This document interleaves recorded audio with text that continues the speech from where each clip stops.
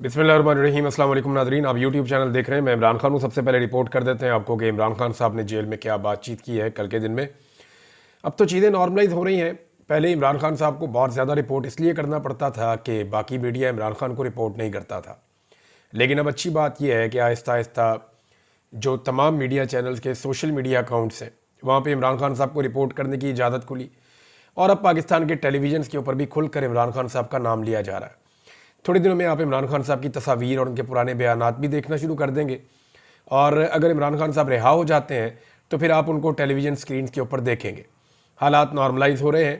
पाकिस्तान तहरीक इंसाफ के ऊपर जो बहुत एक सख्त दौर आया था उसका खात्मा हो रहा है। इस जमात ने साबित किया है कि ये फस्तायत के सामने, जबर और जुल्म के सामने हार इसने नहीं मानी, बल्कि ये डट कर खड़े हो गए। नॉर्मली पॉलिटिकल लोग हारते नहीं होते, ये एस्टेब्लिशमेंट को ही हारना पड़ता है, लेकिन ज़्यादातर पॉलिटिकल लीडरशिप जो है वो कंप्रोमाइज़ कर लेती है। यहाँ इमरान खान साहब ने उस लेवल का कंप्रोमाइज़ नहीं किया। इमरान खान साहब को जो बड़ा मसला है पाकिस्तान की खातिर, देखें ना, बंदे मरवाने के बाद कौन मुज़ाकरात करता है? जिस पॉलिटिकल पार्टी के बंदे शहीद हो जाए ना, वो फिर मुज़ाकरात नहीं कर रही होती। उसको तो मौका मिल जाता है कि वो हर लेवल के ऊपर दीवार के साथ लगा देती है हुकूमत को और इदारों को। लेकिन इमरान खान साहब ने for the sake of this country अपने मुश्किल तरीन वक्त में, जब उनके कारकुनों को शहीद किया गया, उसके बाद उन्होंने मुज़ाकरात की बात की और वो मुज़ाकरात कर रहे हैं। और वो ये कहते हैं कि मुल्क की खातिर तो मैं बात करने के लिए तैयार हूँ, मेरे साथ बैठो, कोई हल निकाल देते हैं चीज़ों का। हालांकि जब 25 मई हुआ था 2022 में, जब बहुत टार्चर हुआ था इमरान खान साहब की पार्टी के ऊपर, बड़ा जुल्म हुआ था, तो उस वक्त भी इमरान खान साहब ने एक बात कही थी। तब भी उन्होंने कहा था मुज़ाकरात करने के लिए मैं तैयार हूँ। नवाज शरीफ को मिलकर कुछ सहाफ़ी आए थे सीनियर, इमरान खान साहब के पास प्रपोजल लाए थे, लेकिन वो मियाँ साहब की तरफ से नहीं थी। वो खुद से एक एफर्ट कर रहे थे कि जी फ़ौज के रोल को महदूद किया जाए। तो इमरान खान साहब ने कहा था जी ठीक है, 3 चीज़ों के लिए तो मैं रेडी हूँ। नंबर 1, फ़ौज के किरदार को महदूद किया जाए, यानी वो उनका सियासी किरदार हमेशा के लिए ख़त्म किया जाए। अपॉइंटमेंट का जो तरीकाकार है उसको ऐसा स्मूथ किया जाए कि ये सियासत जो है इदारे के अंदर ये ख़त्म हो जाए। नंबर 2, इमरान खान साहब ने कहा था कि इकॉनमी के ऊपर सियासत बंद कर दी जाए, एक ऐसा चार्टर बना दिया जाए इकॉनमी का जो हमेशा चलता रहे और इसके ऊपर जो भी अपोजिशन पार्टी हो वो सियासत का निशाना ना बनाए, क्योंकि ये पाकिस्तान की एक बड़ी कमज़ोरी है इकॉनमी जो है। लेकिन फिर इमरान खान साहब ने एक 2 और चीज़ें भी रखी थी। एक तो उन्होंने कहा था कि इलेक्शन का एक तरीकाकार तय कर लिया जाए, साफ और शफाफ इलेक्शन पाकिस्तान में होना चाहिए, इसको यकीनी बनाया जाए ताकि आइंदा होने वाले इलेक्शनों के ऊपर कोई उंगली ना उठाए। और चौथी बात इमरान खान साहब ने इजाफी कही थी, उन्होंने कहा था जी फिर कोई एनआरओ जो है वो नहीं होगा, यानी इसके अंदर कोई एनआरओ शामिल नहीं होना चाहिए। इन उसूली चीज़ों के ऊपर मैं बात करने को तैयार हूँ। लेकिन फिर ये ऑफ़र जो है वो जो हुकूमती जमातें हैं वो इसके ऊपर दें, तो मैं बतौर अपोजिशन लीडर मुझे कोई एतराज़ नहीं है। मैं आज अपोजिशन में हूँ लेकिन मुझे कोई एतराज़ नहीं है, मैं इसके लिए काम करने के लिए तैयार हूँ। अब इमरान खान साहब ने जो अडियाला में मीडिया से बातचीत की उसमें उन्होंने कहा कि सबको नया साल मुबारक। 2025 हकीकी आज़ादी का साल है जिसमें घुटनों पर आए इस जाली और फस्ताई निज़ाम को शिकस्त हो जाएगी इंशाअल्लाह। साथ उन्होंने बोला, इस आमराना दौर में शख्सी आज़ादियों के खात्मे, बुनियादी कानूनी हुकूक की पामालियों और इदारों की तबाही ने मुल्क के ना सिर्फ समाजी और सियासी निज़ाम बल्कि कानूनी और माशी निज़ाम को भी दरम बरम कर दिया है। जिस भोंडे अंदाज में खालिद खुर्शीद को 34 साल कैद की सज़ा सुनाई गई, उससे साबित होता है कि मुल्क में रूल ऑफ लॉ का खात्मा हो चुका है और गैर एलानिया बदतरीन आमरीत का राज है। यानी इलेक्शन कमीशन ऑफ पाकिस्तान की तौहीन करने या उसको धमकी देने के ऊपर, किसी को धमकी के ऊपर कैसे 34 साल कैद की सज़ा हो सकती है? उम्र कैद भी 14 साल की होती है, या तो फांसी हो जाती है या उम्र कैद हो जाती है। उम्र कैद भी जो है वो 14 साल की होती है। यहाँ एक जज ने 34 साल की सज़ा सुना दी है, तो कैसे हम इस अदलिया को आज़ाद अदलिया कह सकते हैं?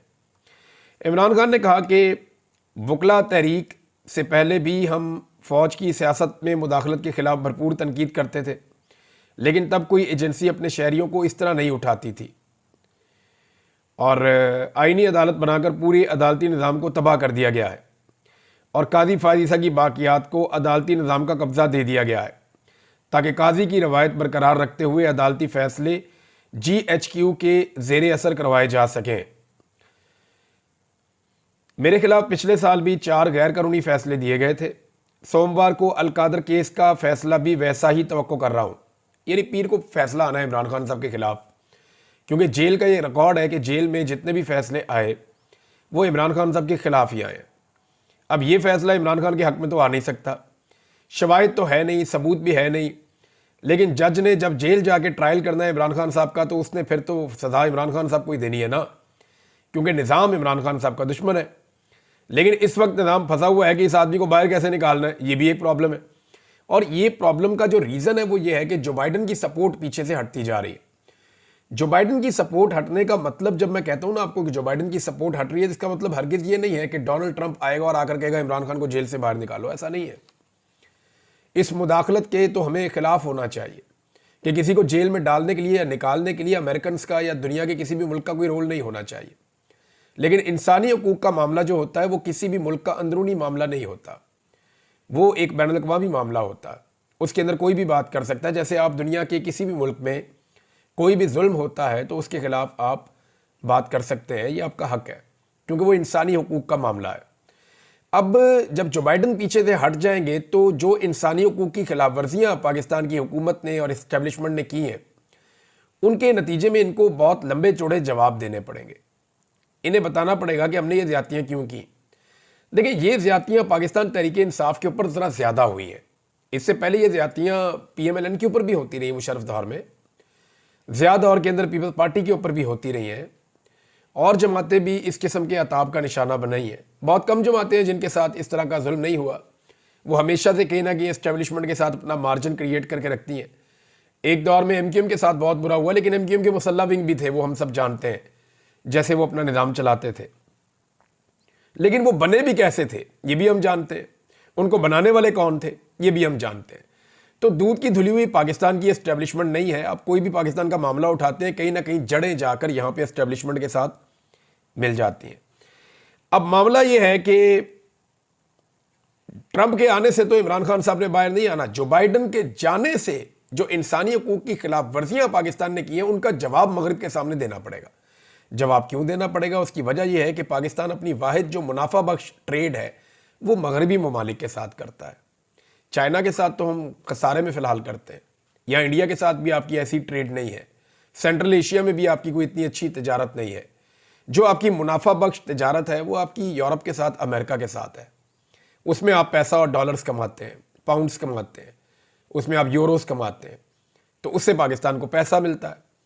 अब मामला यह है कि उनको आप नाराज़ नहीं कर सकते, और आपने वो सारे काम किए हैं जो उन मुआहदों की खिलाफ वर्जियाँ हैं जो मुआहदे आपने यूरोपीय यूनियन के साथ या मगरबी ममालिक के साथ कर रखे हैं। आगे जनाब इमरान खान साहब कहते हैं कि मिलिट्री कोर्ट जैसे फैसलों से पाकिस्तान में कानून की हुक्मरानी का खात्मा हो गया है। जिस मुल्क में कानून की हुक्मरानी ना हो वहाँ कोई सरमायाकारी करने को तैयार नहीं होता। पाकिस्तान में अब भी ग्रोथ रेट 0 है।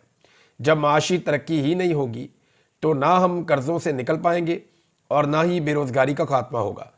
पाकिस्तान के फ़ैसले पाकिस्तान में ही होंगे, इससे मुताल्लिक मेरा मौक़िफ़ वाज़ेह है। और यही